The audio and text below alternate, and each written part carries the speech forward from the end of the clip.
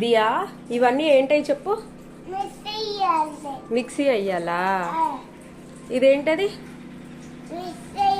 దీన్ని ఏమంటారు? కొబ్బరి. ఇప్పుడు ఇదా? ఏంటది ఇది? Very good. మరి ఇది చింతపండు.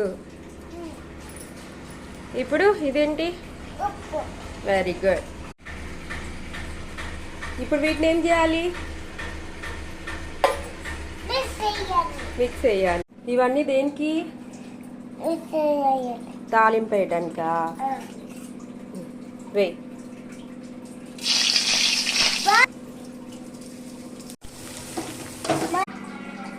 టేస్ట్ చూస్తున్నావా? ఎలా ఉంది? బాగుందా?